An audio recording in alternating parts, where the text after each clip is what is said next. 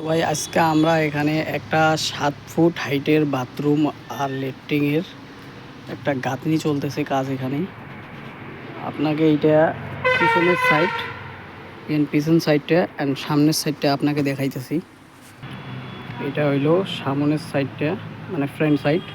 এখানে এখনো কাজ চলতেছে। এই যে মশলা, এখন টিফিন টাইম চলতেছে।